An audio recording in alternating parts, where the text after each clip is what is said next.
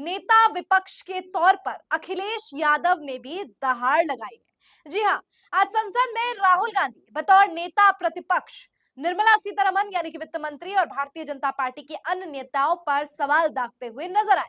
राहुल गांधी ने चक्रव्यूह के माध्यम से यह बताने का प्रयास किया कि जिस तरीके से चक्रव्यूह रचा गया था 6 लोगों के द्वारा अभिमन्यु के लिए, ठीक उसी तरह इस वर्तमान काल में भी 6 लोग, जिसमें अंबानी, अडानी, अजीत डोभाल, नरेंद्र मोदी, अमित शाह, ये तमाम लोग शामिल हैं, वो भी चक्रव्यूह बनाने का काम कर रहे हैं और जिसमें पिस रहा है तो आम आदमी, किसान, छात्र, पेपर लीक, अग्निवीर जैसे अहम मुद्दों को भी तवज्जो दी। साथ ही आपको बता दूं कि राहुल गांधी ने उन मीडिया का भी समर्थन किया जिन्हें पिंजड़े में कैद करने का काम इनके खुद के मालिक ने किया और संसद में इनकी एंट्री पर बैन कर लगा दिया। दोस्तों, बीते कुछ दिनों से संसद में काफी हंगामा हो रहा है और हंगामे की वजह बजट है। बजट को लेकर काफी ज्यादा माहौल गर्म हो गया और इसी बीच एक और मामला काफी सुर्खियों में है कल से, जब से कोचिंग सेंटर में पानी का जलभराव हो गया है। जी हाँ, जलभराव की समस्या पहले भी रही है, लेकिन इस बार जलभराव के कारण लोगों को, खास तौर पर बच्चों को, अपनी जान गंवानी पड़ी है। तो आखिर जिस बच्चों ने अपनी जान गंवाई है उनकी भरपाई कौन करेगा? उनकी जान की आखिरकार कौन, इस लापरवाही का कौन जिम्मेदार है और कौन इसकी जवाबदेही स्वीकार करेगा? ये सबसे अहम सवाल है और इसी को लेकर अखिलेश यादव ने संसद में जो दहाड़ लगाई है, जो सवाल पूछे हैं, सारे हक्के बक्के रह गए और भारतीय जनता पार्टी के नेता तो मुंह तक देखने लगे अखिलेश यादव का। क्या है पूरा मामला, आपको तफ्तीश से बताते हैं। देखिए, रिपोर्ट देखिए, लिखा है जी न्यूज। दिल्ली के कोचिंग में छात्रों की मौत के मुद्दे पर संसद में हंगामा, बीजेपी के साथ कांग्रेस और सपा ने उठाए सवाल। सबसे पहले भारतीय जनता पार्टी की अभी दिल्ली की जो नवनिर्वाचित सांसद है, सुषमा स्वराज की बेटी है बांसुरी स्वराज, उन्होंने यह मुद्दा उठाया।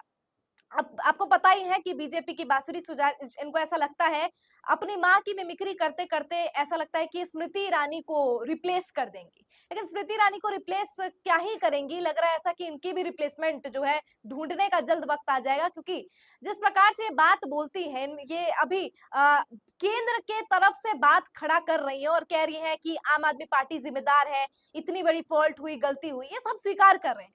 लेकिन क्या इसके लिए जवाबदेही सरकार को तो है ही है? आखिरकार एमसीडी ने क्यों नहीं एक्शन लिया?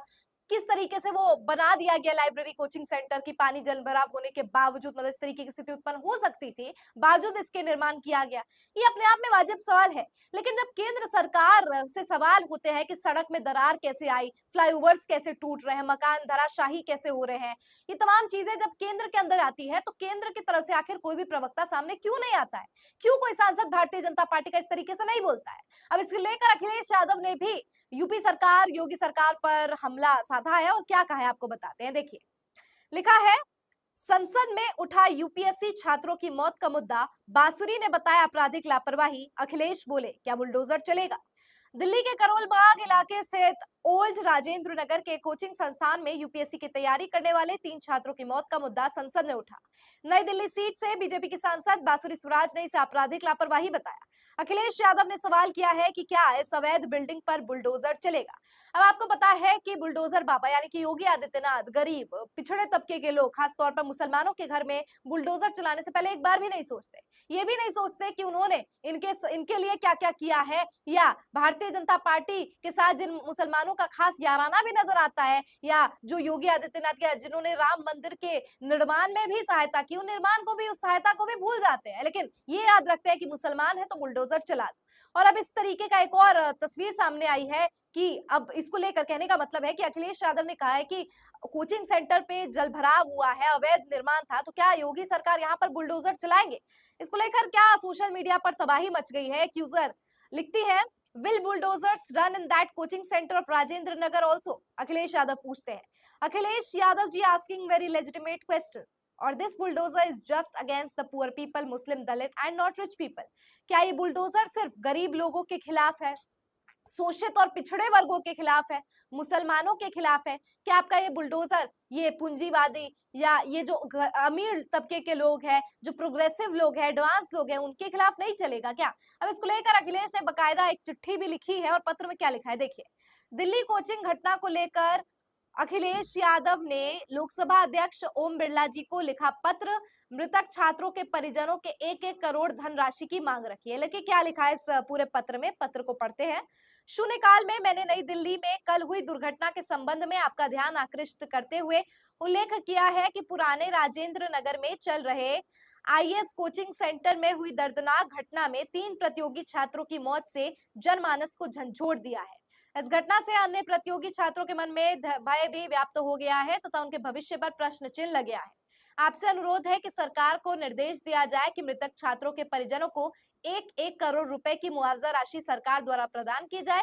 साथ ही इस घटना की जिम्मेदारी तय कर सरकार अविलंबन कठोर कार्रवाई करे। अखिलेश यादव ने जिन बच्चों ने जान गंवाई है उनके परिजनों को 1-1 करोड़ रुपए मुआवजे के तौर पर देने की मांग यहाँ पर ओम बिरला साहब को चिट्ठी के तौर पर की है।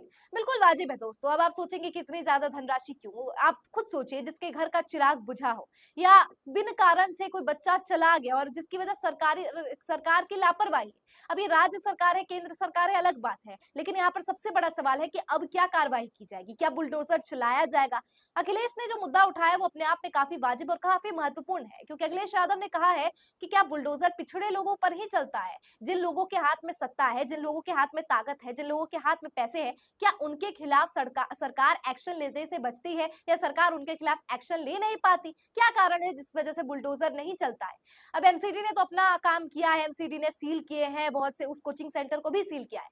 अब देखने वाली बात होगी कि अखिलेश यादव के इस बयान से राजनीति तो गर्मा गई है, लेकिन केंद्र सरकार क्या कुछ करेगी? क्या सचमुच बुलडोजर चलेगा? लेकिन बुलडोजर चलने से भी ज्यादा महत्वपूर्ण है कि क्या बच्चों को मुआवजा मिलेगा, बच्चों के परिवारजनों को ये मुआवजे की राशि मिलेगी, और उससे भी महत्वपूर्ण है कि आगे आने वाले समय में इस प्रकार की चीजें ना हो, लापरवाही ना हो, उसके संदर्भ में सरकार क्या कदम उठाती है और अखिलेश यादव के इस बयान का सियासत पर और केंद्र सरकार पर क्या असर पड़ता है। कमेंट में बताइए आपकी क्या राय है इस पूरे खबर पर। फिलहाल मुझे दीजिए इजाजत और देखते रहिए इंडियन न्यूज फ्रीक्वेंसी। धन्यवाद।